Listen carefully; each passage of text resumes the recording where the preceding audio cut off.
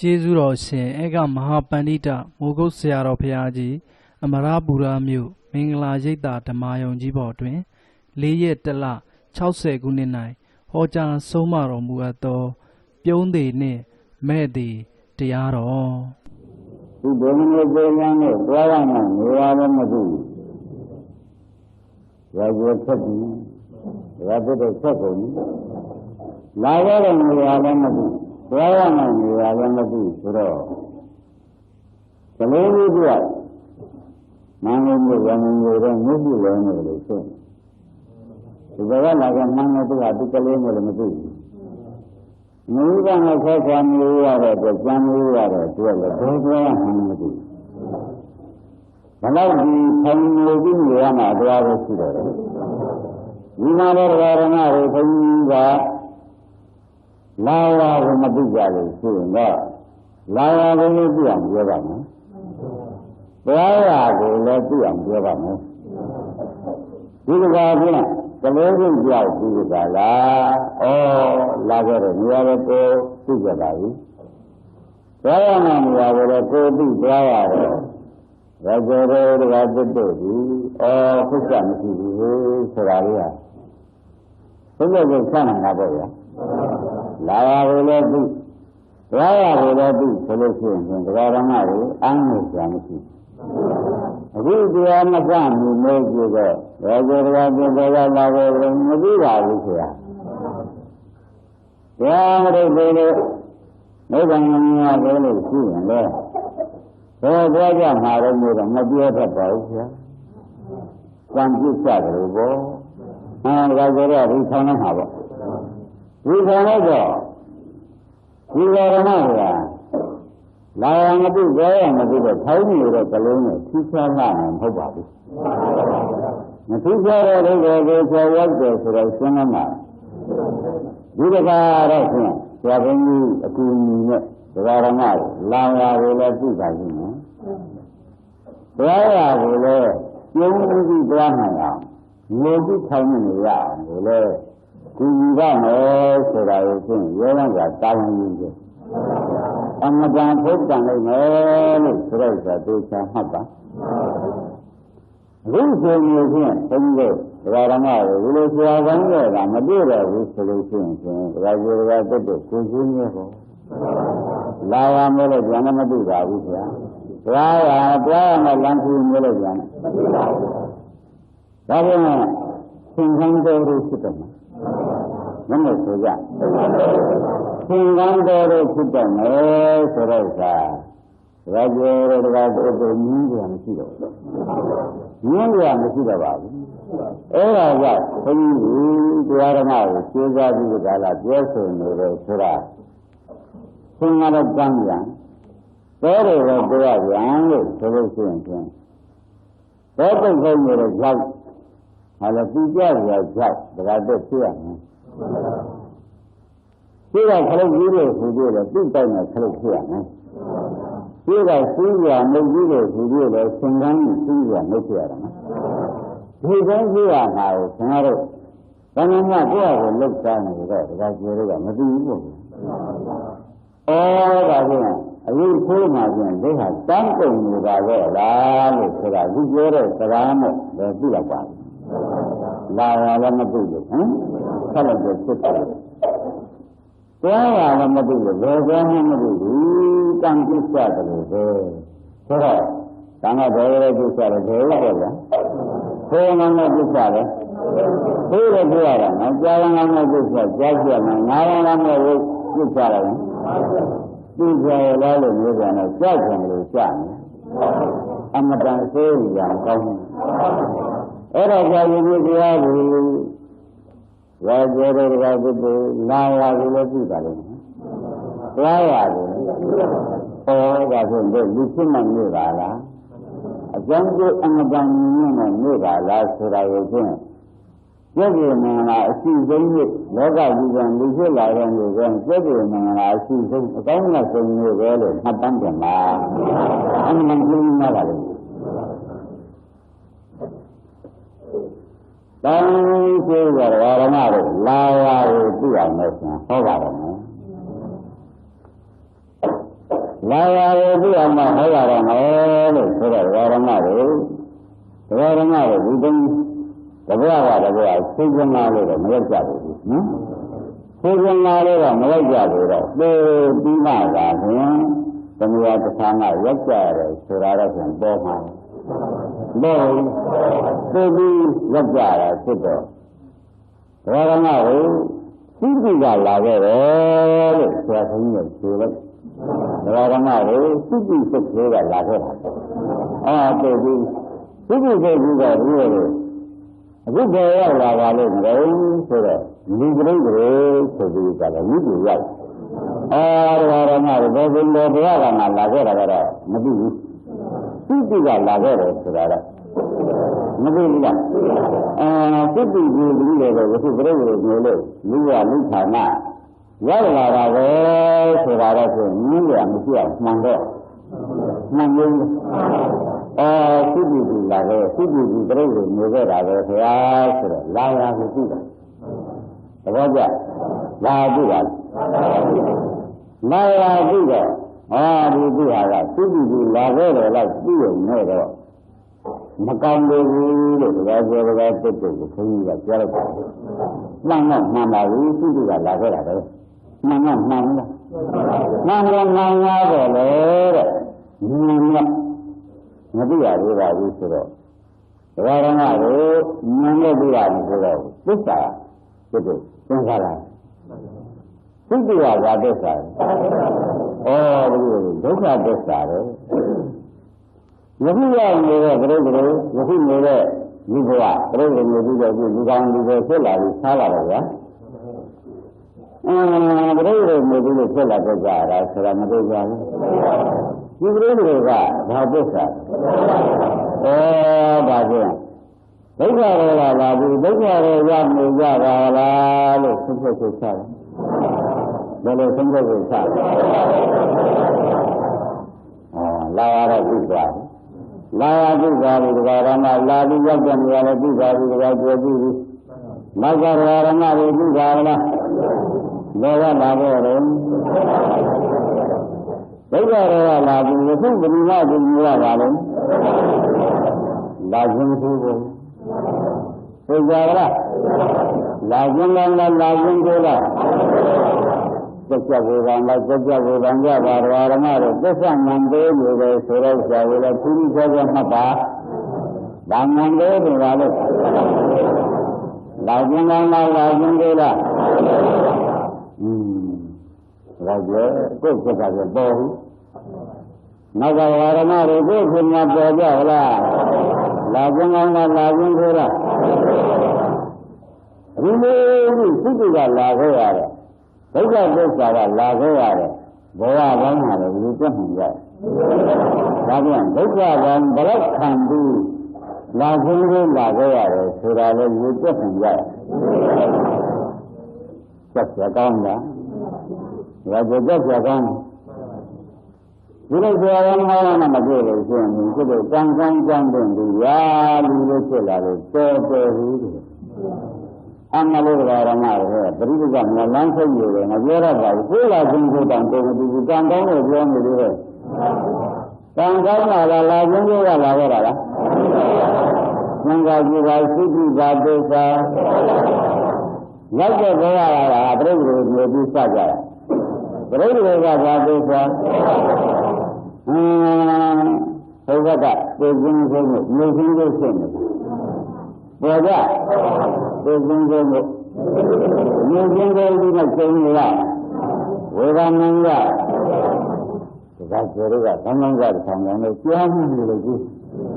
ကြားရတဲ့လေလူကြီးကမျိုးကသူကလည်းသိခြင်းကိုတော့ပြီးပြီမြင်ခြင်းကို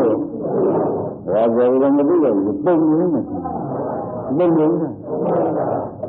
ဘလောက်ကြောက်ကြကောင်းတယ်ဆိုတာကိုယ်ဖြစ်သေးတယ်ဓမ္မတွေအဲ့ဒါသစ္စာမှမရဘူးကာလတန်တကားကျမိုက်လက်စတတ်တာမလား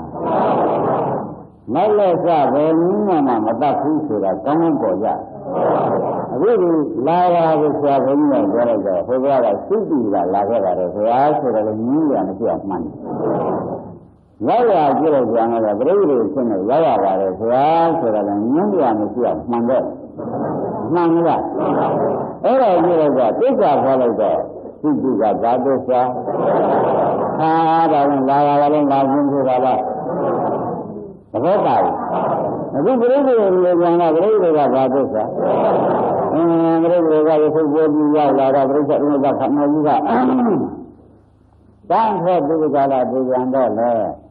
And the Jingle and the Jingle are doing that. Like we are done by what they do. And that here, Varamaro, go to Sora, go to Java. Madura,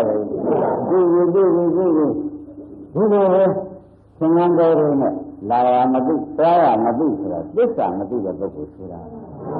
This one is the Lava. Yaya, Mama, go to the Gangan Jungle, the Galadana, Dana, Finishing, to the Nujunga. I'm a little bit on that. Do the right side and to the regular side. The regular Badosa. That is the Doka system. That is the regular, you are generally Doka system. Hello, Laya got a Doka, Yaya got a Doka. For that. That is, here in the big solution, Yaya got a Doka, now. Manavilla. The regular so good that the regular may be Samara. Never may from the Gala, Nalo, Tangi, Gala, Lara. And so, you make the group of them. Sera, legend, the Hala, Daria, Nana, Lemina, legend, Legenda, Solam, Uvaram, La Buki, Risa, Jari.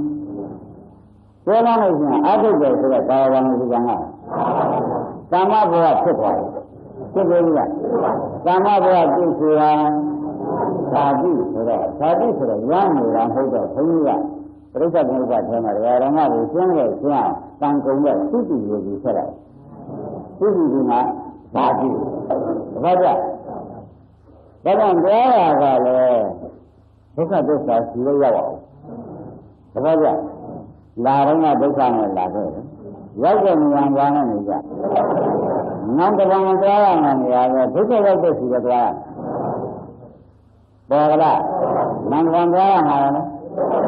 look at this is the plan, so that my Simba. Bora, so I want my one, the baby, soon. Lava Lamati, Yaya Lamati, Mira Lamati, maybe the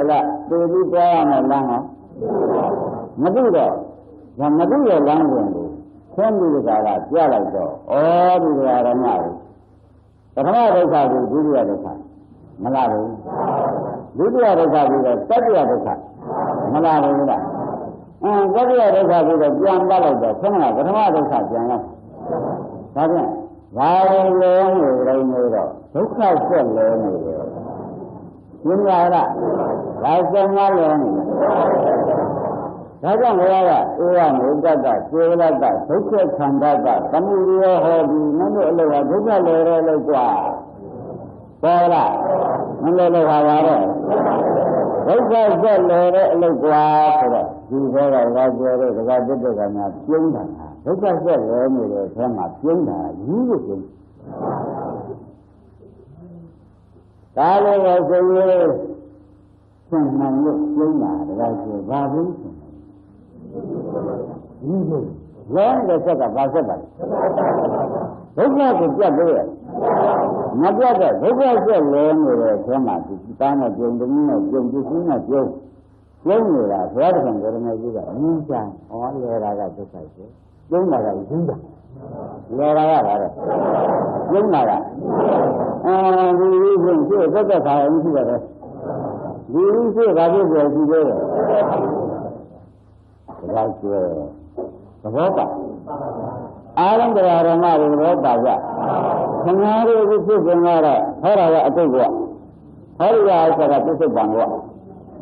This is Bangwa, Millennium, Africa. That is a Bangwa.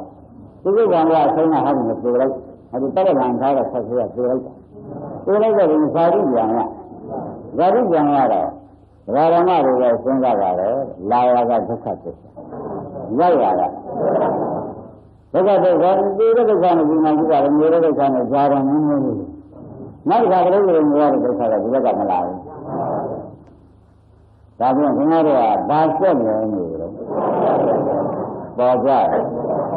ဒုက္ခဆက်နေနေတဲ့အခါမှာဟဲ့ဒီတဏှာဥပါဒအချုပ်ရင်းမှာခင်ဗျားတို့ကကျင်းနေတာဒီစည်းလေးအလိုကြီးရနေလို့တဏှာရင်းနဲ့ရတယ်ကျင်းတယ်ဥပါဒရင်းနဲ့ဒီပုဂ္ဂိုလ်ကြီးလေးထုတ်ပြီးကြတာကျင်းတယ်ကာယကံကုသံကဟဲ့ဒီဆိုင်ကြီးပြောနေကျင်းတယ်ငါကနည်းနည်းလေးဆက်တန်းကြတယ်သူတို့ခိုင်းနေရှင်းအောင်လို့ကျင်းတယ်ကျင်းတဲ့အချိန်မှာလည်းဒုက္ခဆက်ပြက်လို့ကျင်းလာလားဒုက္ခဆက်လွယ်ရင်းကျင်းဒါဖြင့်အမောဆိုင်ရင်ကျင်းဘယ်နဲ့ဆိုကြဒကာရမတို့ပေါ်ကြလား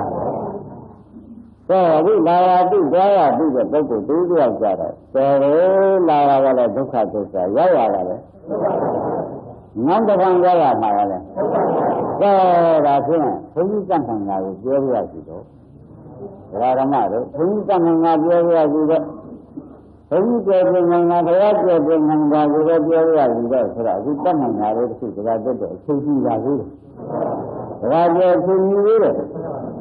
ပွားရကိုဒုက္ခရှိမပွားဘူးဒုက္ခရှိပွားရအောင်ခင်ဗျားတို့အခုလည်းငင်းချက်ချင်းဘုန်းကြီးပြောတဲ့အလုပ်ဘုရားပြောတဲ့အလုပ်ကိုလုံးမယ်လို့ဆိုရင်ဖြင့်ပွားရသိရတဲ့အတွက်ကျင်းရမှာလေပွားရလည်းမသိရဘူးဆိုရင်မရပါဘူးပွားရမသိတဲ့ပုဂ္ဂိုလ်ကမဲ့ရမှာနော်အဲ့ဒီစကားလေးတစ်ခုကိုဝိပဿနာမစရင်နားထောင်ကြမှာဒါမပေခြင်းမင်းမှာဓမ္မကိုမပေခြင်းလုံးမှာဒါလေးဆက်လိုက်တယ်ပေကံမျိုးဆိုငါးခြင်းဆိုတာမလားဘူးမပေခြင်းဒီဘဝမှာ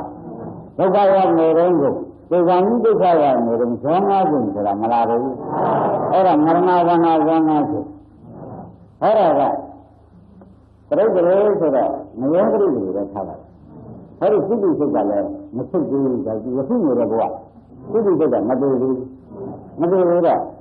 အဲ့ဒီဇောနာခြင်းကျမ်းမှာအဲ့ဒီမယောတွေကမသေးခြင်းပဲဒီစိတ်တွေကငြင်းနေတာဩငါဆိုရင်ဒီရောက်ပါပဲဆိုတော့မနှိမ့်ခံလာတာတခါငြင်းပြီးဟောတောက်တာလည်းငြင်းလာငြင်းပြီးဆူးရတယ်လည်းငြင်းလာမယောတဲ့ပုဂ္ဂိုလ်ဇာမပုဂ္ဂိုလ်ဒီမှမြင်လာလားဇောမလူမလားမြင်လာလားခင်ဗျားတို့ဒီတရားကိုကြိုးစားရင်ကြိုးစားမကြိုးစားရင်ကြိုးစားပြီးမှအဆက်အသွယ်ကျင်းနေနဲ့မျိုးကိုဆက်လက်နေတရားမှမြင်လို့ပေါ့ဗျာဒီတန်ဆက်တဲ့ကြိုးစားတာကမြင်ပြီးမှတရားမယ်အဲ့ဒါကာမနမိတ်ဆိုတာကရှိပါတယ်ကာမနမိတ်ဆိုတာရှိတယ်သဘောပါကြလားမျိုးတစ်ခုကိုကျွန်တော်လည်းအောင်းနေလိုက်တာနော်မပြေခြင်းကိုမြင်ရပါလို့တဲ့ဒုက္ခကိုဒီမှာပုဂ္ဂိုလ်ကျတော့တောင်းကြီးတို့ဆက်ကြီးတို့ခြားကြီးတို့ဈာကြီးတို့ဒါကြောင့်တော့ဒါကြည့်တော့ဒါကိုမြင်ရသေးတယ်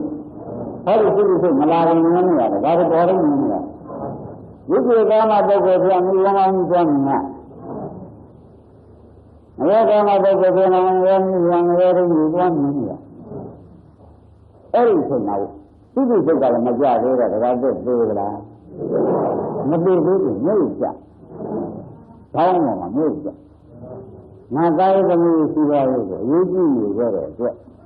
ငါပြန်လောက်ခဲ့တဲ့လောဘဒေါသမောဟအလုပ်တွေရောက်မှားခဲ့ပြီကွာဒီမျိုးငါသိချာသွားရမှာပဲဘယ်သူမှမတတ်နိုင်တော့ဘူးဆိုပြီးမြို့ကြသိတယ်မကြဝိညာဉ်မသိသေးပါဘူးဒါရမတို့ခင်ဗျားတို့ကသာသစ္စာမျိုးသစ္စာသံဃာသစ္စာတွေကြောင့်ဒီလိုတို့ဒီတော့ကတော့မလုံနိုင်ဘူးဗျာဝတ်ကြည့်လိုက်တာလေခင်ဗျားတို့ကညီးညီးတာကိုဘုရားကမသိကြတယ်ညီးတာကကိုယ်ရုပ်မှုပဲနဲ့ဒီညာရုပ်နဲ့ဆင်းရဲလို့ဒီကကကိုယ်ရုပ်ကိုဒီဘုံချပြီးဒီညာရုပ်ကိုအဲ့အခါမျိုးပဲဆိုတော့ဘုန်းကြီးကလုံးဝမသက်ကိုယ်ရုပ်ကဆင်းရဲမှာတကယ်ကျမကြောက်ရဘူးကံရကရအောင်လို့ဟောနေတဲ့တရားလို့မောင်းမဲ့တာနဲ့ဖြစ်စဉ်ဖြစ်ပါဘူးသိချာရှင်းပြောထားတယ်လို့အမှုကကံရကပြောတာမဟုတ်ဘူးဖြစ်စဉ်ကိုသိကံပြောရမှာပြော ဘုန်းကြီးတို့တန်ခါကဘောလေးကရောက်ကြပါပြီဆိုလို့မြို့လုံးနဲ့ရှာမနာနဲ့မဟုတ်ဘူးသူစားပြနေတာခင်ဗျားတို့ဒါကြမြို့လုံးမလုံးပါနဲ့တဲ့ဘုန်းကြီးတို့ကတမန်ရှာရမ်းလို့ဒီလိုမှမဟုတ်ဘူးဒီလိုမှမဟုတ်တာနဲ့တမန်ရှာရမ်းလို့ဆိုတာကိုလည်းတကယ်ပြတ်ဘုန်းကြီးကမြို့လုံးနဲ့မလာတာနဲ့ဒါကြလည်းမပြောပါနဲ့မပြည့်ပြောနေလို့ကမှတ်လိုက်တာဘယ်လိုမှကြံလဲဒီပြန်ပြေးရမယ်ဇက်ကိုမပြည့်ခေါ်နဲ့ပြောနေတယ်ကမှတ်လိုက်တာလေသဘောတာအဲ့ဒါဒီမှာဘာလို့လဲဝိညာဉ်ကလည်းမထုတ်ဘူးသိရလည်းမသိဘူးဆိုကြတာလေနေကြည့်နေလို့ကြားအကျိုးတွန့်လုံပြီးကြတာနေတာသဘောကလည်းပြိဋ္ဌာန်မပြောနိုင်လို့ဝိညာဉ်ကြီးကလည်းစိတ်ကြီးတည်နေနဲ့နေရတာဒီကနေ့နေအိုးနေပြီးတောင်းပြီးဆောက်ပြီးညံ့လာတယ်ဒီသွားမယ်ဆိုတော့သူကလည်းသူ့ဟာသူမှားပြီးမှားရတယ်ဆိုပြီးတွန့်လုံနေတာဘာလို့ဆက်ဆက်ကောင်းနေတာလဲပြောမလားဒါလူတိုင်းကြည့်ရမယ်လို့ပြောမပြောရင်ဘုန်းကြီးကပြောမယ်လေအခုတောင်းတာကငါတို့တာလူလာမငေါ့တယ်လို့သမီးလူလာမငေါ့တယ်လို့မိမိကတန်းကြည့်ဒီလူရသေးလို့ခင်ဗျားတို့ဆင်ရကတော့ဖြင့်မြို့ကြမဲ့ဆင်ကြီးလဲနေတာပဲဒါကြောင့်လာဆင်ကြီးလဲနေတာမြို့ကြမဲ့ဆင်ကြီးတော့ဘုန်းကြီးကမလဲဆိုဘူးအခါကျတော့ပုဂ္ဂိုလ်ကရင်းချာချာပြောတာပဲကိုယ်ကြီးကိုကြည့်ပြီးကိုယ်တဲ့ခါမှာကိုယ်များတဲ့ဆိုပြုံးပြီးကြတာကသူရှင်ရဲ့ခရားဆိုတာကဘုန်းကြီးကစိတ်ကိုယ်ကြီးကိုရှင်ရဲ့ဆိုတာကစိတ်ပါတော့မဲ့လေကြီးကြတယ်တော့မစိတ်ပါဘူးအဲ့ဒါအခုတရားနာလာကြဓမ္မဘုန်းကြီးကအမှန်တန်ကရုဏာလေးသိသိပြီးတယ်ဓမ္မကိုကြည့်ပြီးပြီးတော့ဒီမှာသိသိပြီးတယ်နော်သိပြန်သေးတယ်ဒါကဘယ်လောက်တောင်ခံထားအခုဘုန်းကြီးခိုင်းတဲ့အလုတ်ကလောက်ခင်ဗျားတို့ကျုံးပြီးကြတာဆိုရမယ်ဒါကိုယုံကြည်ကြတယ်ယုံကြည်ကြလားအဲ့ဒါမြို့ကုန်းတွေနဲ့မြို့ကြီးတွေနဲ့ကာကွယ်ရေးစကားကိုတော့ဒီကမွန်ကြီးနဲ့ဒီကိုကြိုးစားပါမယ်ဆိုရတော့သံလို့သမီးကြိုးစားပါမယ်ဆိုတော့ဘယ်ဝတ်ဘယ်ဌာနမသိသူ့တေနာအရင်ကြပါလိမ့်မကြဘူးလားအဲ့ဒါဒါကြောင့်စကားကိုဝင်ပြောအောင်သုံးလို့ရှိရင်ဘုန်းကြီးလည်းသုံးတတ်တာပေါ့ဗျာကိုယ်ရင်လေးကကိုယ်နာမှာဆိုရမဆိုရဘူးလားကိုယ်ရင်လေးကတော့အဲ့ဒါကိုကြက်ကြက်ပြီးသားတာဒီလိုကမဟုတ်ဘူးဒီဥစ္စာကိုသိကျင်တော့ပြောနေသေးတယ်ဆိုတာဓမ္မတွေကလေးစားကြမဲ့ပဲခင်ဗျားတို့ငါ့ခံပါဒါပြေကြတာတော့ဟိုမျိုးတွေမျိုးကြီးတွေမြင်ရတာမပြေဘူးတော့သိစိတ်ကမှဘုရားသိเสียလည်းကပြောလို့ရတာနိုင်ငယ်နေတဲ့ပုဂ္ဂိုလ်လည်းဒီမပြောနိုင်သူကပြီးတာဉာဏ်ကဟိုလိုမြင်တာမဟုတ်ဘူးအဲ့တော့ငါကိုယ်ကြီးပြောတယ်ငါအမျိုးသားတယ်ငါတို့ငါဖြင့်ကိုယ်ရှင်လေးတွေရမှာသိချတော့ဆက်လာပြီးရောဆိုပြီးဆက်ဆိုဝိညာဉ်ဆက်ပြီးဒီစိတ်တွေပေါ်လာတယ်ပေါ်ရင်လည်းတော့ဒီငါကမ်းတယ်ငါဥရဆိုရစိတ်ကမ်းတာမဆွရတဲ့ပုဂ္ဂိုလ်ကဘုံကြီးရှိတယ်ဘာလို့ကြောက်ကြကမ်းတယ်ဆိုတာပြောကြဒါကြောင့်ဘုန်းကြီးတွေကဓမ္မတွေခေါ်လိုက်တဲ့သူကဒီလိုတရားမှာဖြင့်ဗျာတတိယလို့ဆိုရင်ရတ္တဝံပဋိစ္ဆာဝံဒုစိတဝံတို့ကိုလူသားမှပြောအောင်လုပ်ပြီးကြလားနေများတယ်လူသားမှမဟုတ်တာလားဖြတ်မဲ့ရတရားတော့လူကြီးနဲ့အကြီးအကျယ်ဖြစ်နေကြရတာလားဆိုတော့တောင်းလို့ဒီလိုကြတော့လူသားမှဖြစ်နေတယ်သူတော့ဘယ်လိုပြောကြမဲ့ရလူများတွေမတရားဘူးအဲ့ဒါခင်ဗျားတို့မှန်းရတာဆိုတာဖြစ်စဉ်ကတမျိုးမှန်းရတာဖြစ်စဉ်ကအဲ့ဟာဒါကပြောရအခုသုံးပါးလူရှိသေးတယ်ကျင်အားလုံးတရားတော်မှလည်းအခုရတယ်ဒါကြအဲ့ဒါခင်ဗျားတို့ကတတိယတို့ဗျာဒီလမ်းနဲ့ဒီစကားကလည်းမလို့တော့ပြောရမှာလားပြောရတာလည်းအမှန်ကြောက်ကြကောင်းနေပါပြီဒီလမ်းမှာတော့ရှင်းပြတော်မူတာမှာတော့ဘာမှဆက်ပြန်မရှိတော့ဘူးဒါကြောင့်ဒီလမ်းမှာတော့ဘာမှခင်ဗျားတို့ကြောက်ကြရှိသေးတယ်အတော်လေးက900ပုဂ္ဂိုလ်လမ်းမတော်ရရင်လည်းဆို900ပုဂ္ဂိုလ်ဆိုတော့မနေ့ကပြောခဲ့တယ်မသာလုံးပြဖို့ဒါကြောင့်မြမပြည်ကြတယ်မသာကြီးပြဆက်ကြတယ်ခင်ဗျားတို့သိကောင်းအတုကသိကောင်းယူလို့ပြန်မပြန်ဒါကြောင့်သိတာဖြစ်တဲ့နိဗ္ဗာန်ကိုဒါအာရုံပြုပြီးကြဆိုသုံးမှမှကျုံးရမှာဒါကြောင့်အရိယာများဆိုတော့ကျုံးပြီးကြတာသူတို့သိကြ mấy bằng thì các bạn nghe nghe trong sau khi chơi như thế là mấy bằng như cái là tôi là được rồi quá bằng là người gì thế cái như bằng gì cả là nếu như chuyện ra thì cái sản như vậy là tôi có chuyện gì thì nghe bây giờ thôi lấy một cái rồi bỏ ra mà nghe như thế trước rồi thì chính xác rồi đấy là cái chính xác rồi bây giờ mình nói chính đi chơi cái nào nữa rồi chơi cái nào luôn mới được rất chơi được là gì được chưa á rất chơi được anh lấy cái bao nhiêu chơi mà không nghe rồi chơi mà nó hết được chưa à cứ chơi cái đó không nghe rồi chơi chơi nè được chưa là à cứ chơi cái đó à cứ mana gì cái đó mấy cái mà là gì chơi cái đó là mana đấy thế nên cái mana cái gì là cái này camera set rồi cái lưu camera cái bộ camera set này được chưa lưu camera cái set này rồi được chơi cái gì mà cái nó cái gì mất cái gì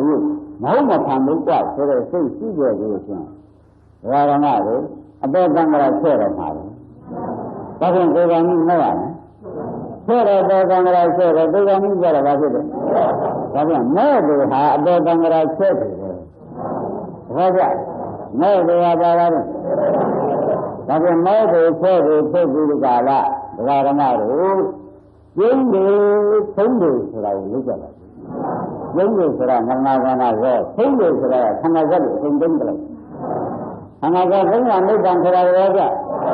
तब यंगे में संगे को यथु से यंगे सिवा दे राजा बाबा chính đi thế là năm nay rồi có làm như vậy là chung chính đi thế là bữa rồi cũng chung cái rồi sao đi thế là năm nay thì suy đi như vậy đó là chính đi chuyện đấy cả rồi rồi ini là segala là tất segala là trong đi không nghe là phải nói là cái là lấy cả thế chưa ra là cái này suy nghĩ thì còn là cái gì mà mới ra chứ asa gì mà ra rồi ra tất cả là sao đi rồi á mà hồi đi ra rồi đang như thế không nghe được rồi sao giờ tất cả cái này đang nghe ra nhưng mà phải như vậy nó ta phải pa rồi đi là gì rồi phải suy đi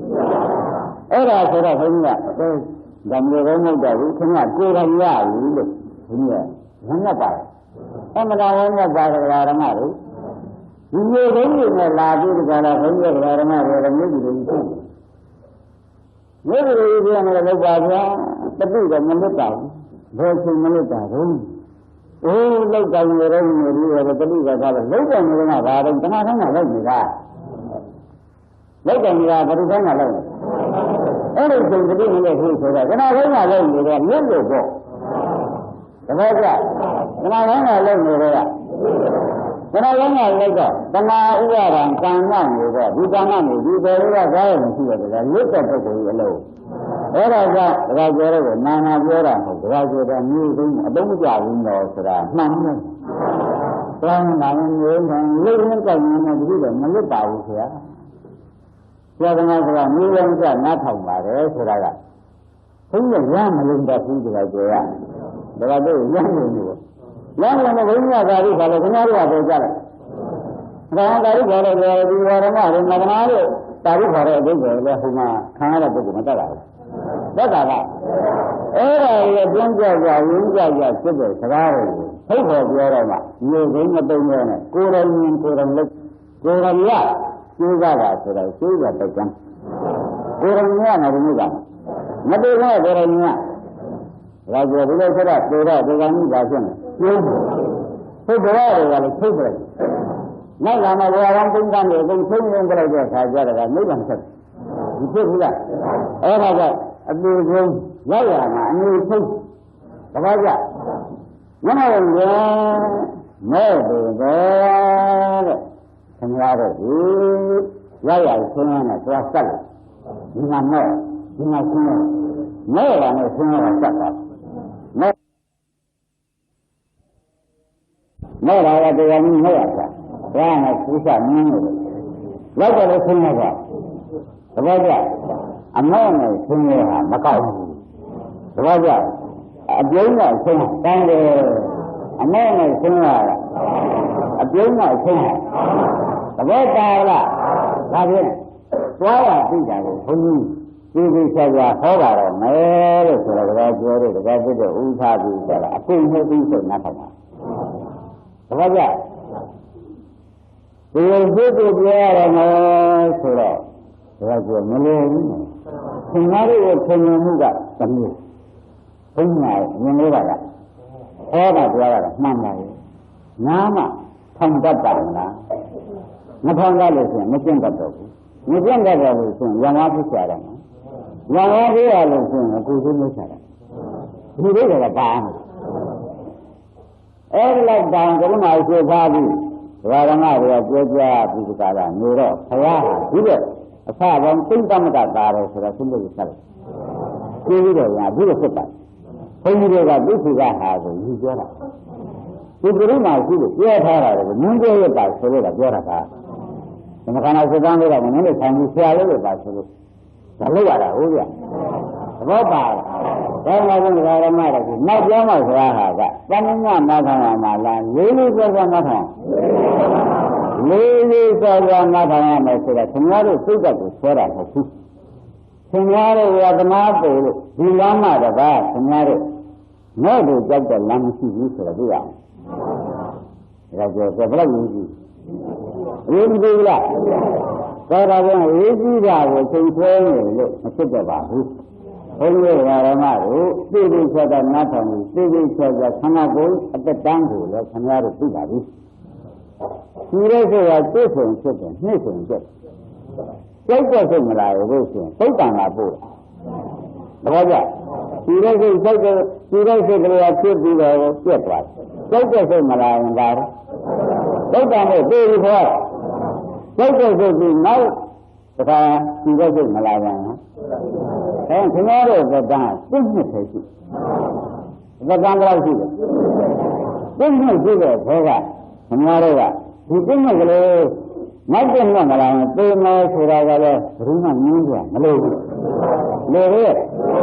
အဲ့ဒီသိနှစ်ကြားလေးမှာကျေစမ်းရရင်ဆိုတာတော့လုံးဝမပေါ့ကောင်းပြီဒါမှကလေးကကြားကြရရရင်ဒီလိုလူရမ်းအောင်စမ်းရရင်ဆိုတဲ့တရားကဘာပြောမတောင်းမှန်ကောင်းဘူးကြဓမ္မနဲ့တော်ကအဲ့ဒါကိုနာမကျလိုက်တော့မှဘုန်းကြီးတွေကဓမ္မကိုအပြီးကသူမျိုးသူလူရမ်းကဆိုခြင်းနဲ့ကိုယ့်တက်ကပြည့်နေဘုန်းကြီးလူရမ်းကဘယ်လိုမှမတတ်ဘူးကိုယ့်ပြည့်နေတော့ဒီကြတယ်ဒီပြည့်နေပြီးနောက်ပြည့်နေမလာဘူးလားဒီလာလဲဆိုတာသဘောကျ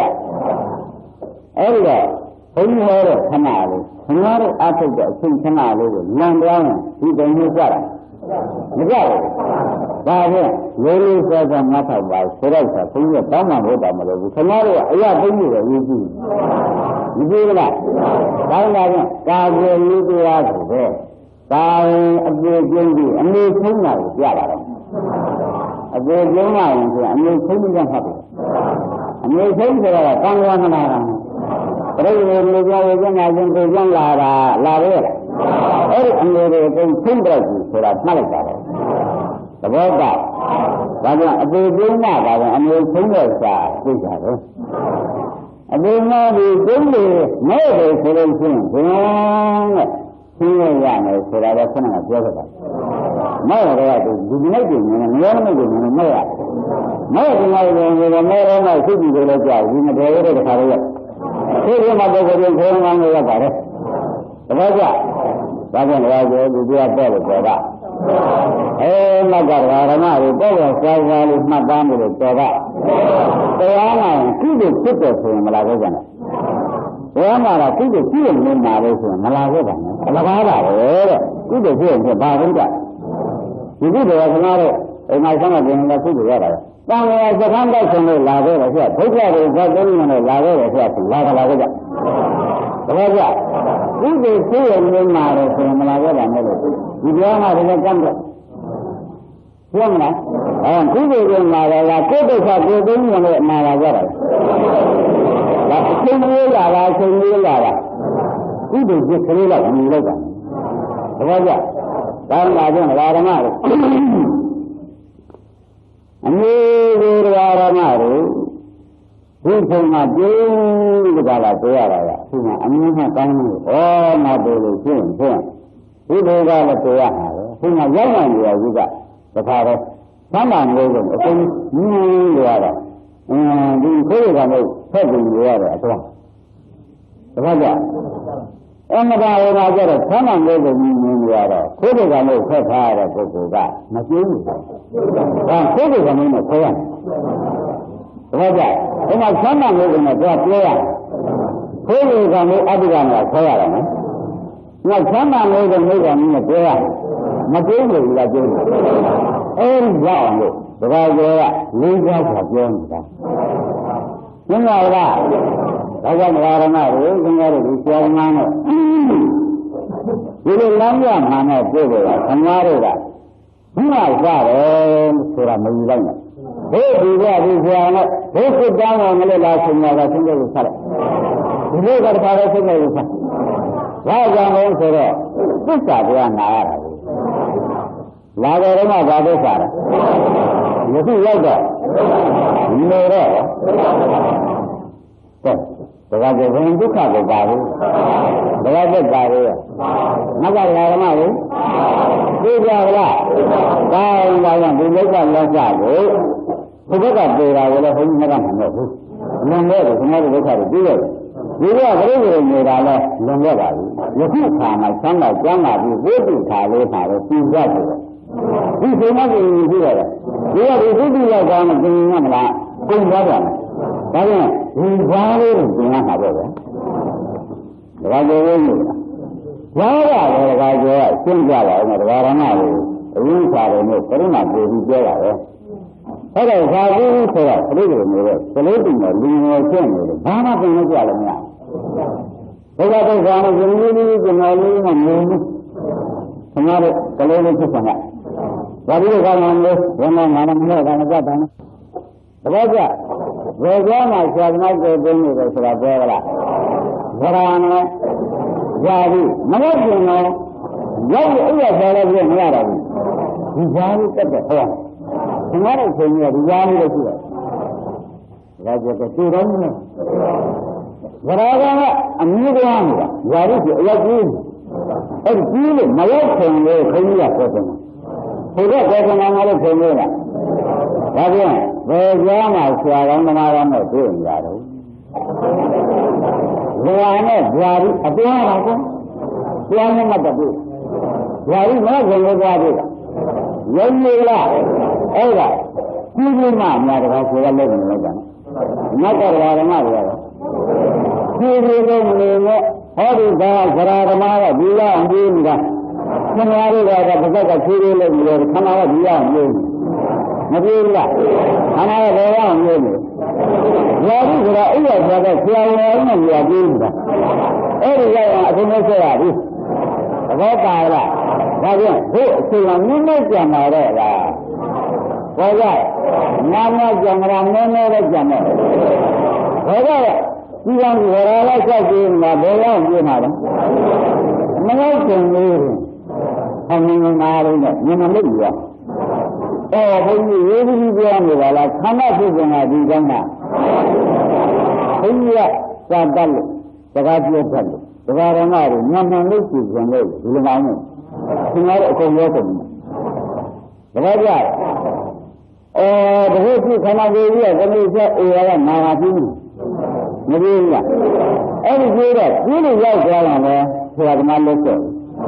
မို့ဆိုတော့ရောက်သွားပြီဒီကြားလေးမှာဟောရုပ်လေးကဒီကြားလေးမှာဟောရမှာလည်းကျေကအချိန်ကြီးပြည့်လို့ရုပ်ကလေးကနောက်ဆုံးလို့ဒီနေ့တော့မအားလို့ခုနေ့ကတော့တိုင်းကြီးကြီးဖြစ်လို့ခုနေ့ကမီးဆိုးနေတယ်ဒါကြောင့်သွားတယ်သွားတယ်ရောက်ပြီးတော့ရောက်သွားမှာပါရောက်သွားရင်တော်တော်လေးမကြည့်ရအောင်မလားအဲ့ဒီဒီဒီနဲ့ဒီကလာဒီကောင်ကမျိုးကြပြီးဒီကလာဆိုတော့မဲမဆိုးရဘူးလားအဲ့တော့တရားမနိုင်ဒီတန်းကိုမကြားရဘူးကြားရတာဒီကမှမကြားရလို့ရှင်းရင်ဒီကလေးကတိကကျင်လာစင်ညာနဲ့အံလို့ဒီကလာဘ ုံကြံမှာမြို့ဆက်လို့နဲ့တခါတော့ကြာဘူးဆက်ဆိုရှိဆက်ဆိုဟိုကဇော်ရတဲ့မလို့ကိုသွားမယ်မိုးကြီးတခါတော့ကြာတယ်ကောင်းလို့ရလားအဲ့ဒါကြောင့်တော့နေတာနဲ့ပြောတာခင်ဗျားတို့မျိုးလုံးကြောင်လာဆိုတာကပြောရကြောင်တယ်မကြောင်ဘူးဘုန်းကြီးတဲ့စကားတွေကလည်းဒီလိုလားလက်ကြည့်ကြတော့ပြေးကြလိုက်တယ်အေးဒီကနေ့ကလက်ကြည့်ကြတော့ဒီသေးကြီးကြဘူးအဲ့ဒါဘာလဲကြီးကြဘူးတကယ်ကြတယ်ဒီဘုန်းကြီးကပြေးမှာလေဒီဘုန်းကြီးဘယ်ကြမှာမှမဟုတ်ဘူးအေးမင်းကပြောနေတာဟုတ်တယ်မဆန္ဒကမရနေလားမင်းရက်ကလားအဲ့ဒါကပြောဒီပြောဘုန်းကြီးကလည်းဒီလိုဒီပြောရင်လမ်းမှာဟောတာခဏလေးကတော့ဘယ်လိုလဲပြောပြီးပြောရင်မဟုတ်ဘူးလမ်းမှာတရားမှာဘုရားလာတဲ့ပုဂ္ဂိုလ်လည်းဒီလိုဖြစ်မလားအေးရတော့နာသွားမှမဟုတ်နာတဲ့ပုဂ္ဂိုလ်ရောအဲ့ဒါကမှတော့ရုပ်ရှိနေအချင်းချင်းနဲ့သိစ္စာတွေစိတ်လုံးလို့ဆိုလို့ရှိရင်ဒီခန္ဓာကရက်အေရာကြီးရက်လိုက်တာနာရာရှိသေးသေးမှသွားတာလေတောင်းမှမရရင်လည်းအဆောထားတယ်ဘုရားမှလည်းရပြီးအနတ္တခန္ဓာကိုယ်နဲ့ဒီမှာကနာတော့လမ်းတောင်းနေကြတာဒါခန္ဓာကိုယ်လည်းဘုရားကောင်းတယ်ဘုရားပိုင်ဒီလိုကြီးကြာကောင်းပါလေခင်ဗျားတို့လည်းမင်းကောင်းရင်ရှိမှထင်မလားခင်ဗျားတို့အယုကလေးနဲ့ကောင်းတာအစားကြီးကောင်းအဖြစ်ချင်းနဲ့ကောင်းတယ်ဒီကနားတာမျိုးဟုတ်ကလားပြန်လမ်းထားတာဟဲ့အဲ့ဒါကြောင့်ဘုရားဘုန်းကြီးကဟောတာမျိုးရတယ်ဟိုကနာယာပြန်ဟောတယ်အဲ့ရပြာကဆိုတော့ဟောမှာဘူးခင်ဗျားတို့လည်းအဲ့ရပြာကဟိုကနာယာကလည်းအဲ့ရပြာကရောက်ပါပြီတခါကျနာနာမှာလားကဲဒါပြန်သေရဓမ္မကသေရဓမ္မဆိုရင်သဘောပါလားသေရဓမ္မကအဲ့ဒါဓမ္မတွေကခံရတဲ့သူနဲ့မိစ္ဆာဒုက္ခကြီးနဲ့ရေများရှိရတဲ့ဆိုရင်တော့ဒီတဲ့လိုက်ရှာနေတယ်ဒီလိုရလားအဲ့ဒါဒါကကျင်းနေတာလို့အကုန်သိနေစမ်းတာဒါကတော့ဘုရားမကြီးကတရားဓမ္မတွေကိုယ်တော်ဓမ္မကိုပြောလို့ကိုယ်တော်ဓမ္မမိမမိသားမလားဆိုပြီးလုပ်နေကြရတာပြောမလားဒါမျိုးဒါဆိုတရားဓမ္မတွေမျက်မပြည့်မျက်မပြည့်ခန္ဓာကိုကျမ်းမာရေးဒီစိုက်ပြီးတော့နာလုံးကလုပ်လို့သိမပေါ်ကြနဲ့တော့မြင်ရလားဒါမျိုးရာဖြင့်တရားဓမ္မတွေလာရလည်းသိပါဘူးသွားရသိတော့ကျင်းမှာတပည့်ကြဒါဖြင့်ကျင်းပြီးကြလားသိပြီးကြလားကျင်းပြီးကြလားနေတဲ့နေရာကိုသုံးလို့ဆိုတာခန္ဓာသုံးအဲ့ဒါခန္ဓာသုံးရမြစ်ကြတယ်ဒါဖြင့်ကျင်းလို့မှသုံးရရမယ်မဲ့ကိုကျင်းရဲရရောက်ပါလေဒီထဲမှာခါတော့ကြော်ရဲမှာတခါကြီးလဲကောင်းကောင်းနဲ့ငွေကြောင်းက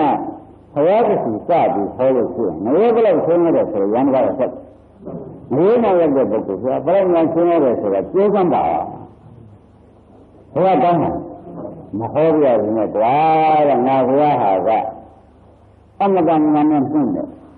အမတန်ဟောတဲ့ကဘုရားပြုတဲ့နေရာစပြောငါပြိဋိဘံဆိုတော့ငရေဒုက္ခငါပြောင်းလာမှမကြဘူးဘယ်လောက်ရှိကြပေါ်ကြအဲ့ဒါဒုက္ခညာလန်းလို့ဟောရတဲ့ဒုက္ခဟောရတဲ့ဒုက္ခတွေဒုက္ခယူကြလို့မရအောင်ညာလန်းနဲ့နာမောနိုင်ဘူးပြမလားအကြီးဆုံးဒုက္ခပဲတွေကဘုန်းကြီးတွေဆက်လိုက်တယ်ဒါရောဟောမယ်သဘောကျအဲ့ဒါကတစ်ခါသိကြရင်ခင်ဗျားတို့ကြောက်ခိုးယူကြလို့ပောက်စမ်းကြောက်ခိုးယူကြဆိုတာပေါ်နေတဲ့မလားရှိပါ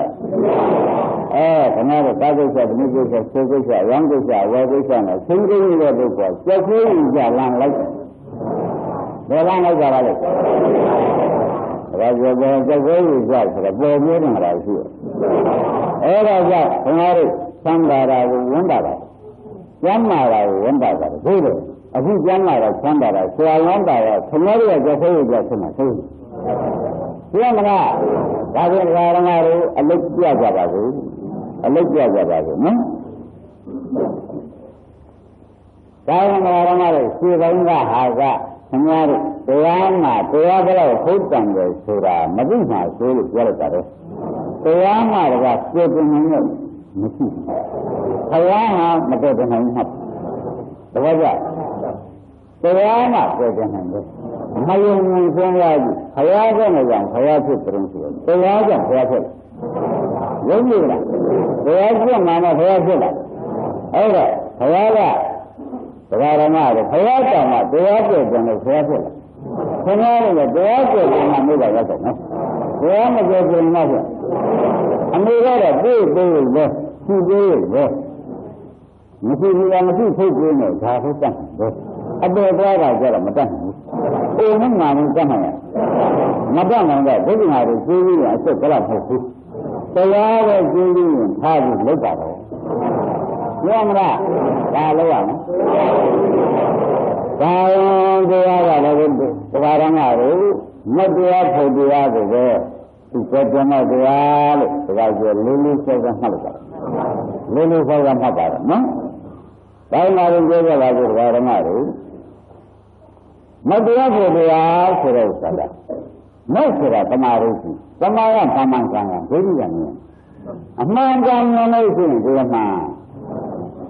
အမှန်ကံမမြင်ဒီမှာအမှန်ကံမြင်အမှန်ကံမမြင်ဒါရပြန်ယောက်ျားမြင်လို့ရှိရင်မင်းကကြည့်လို့ယောက်ျားမြင်နေဒီမှာယောက်ျားကမင်းကကြည့်လို့မင်းကပဲလို့မြင်နေယောက်ျားကမင်းကကြည့်တဲ့အခါဖြစ်ပြနေတယ်အမိစ္ဆာမြင်လို့ရှိရင်ဒီမှာတော့ဒီမှာကိုကျဲ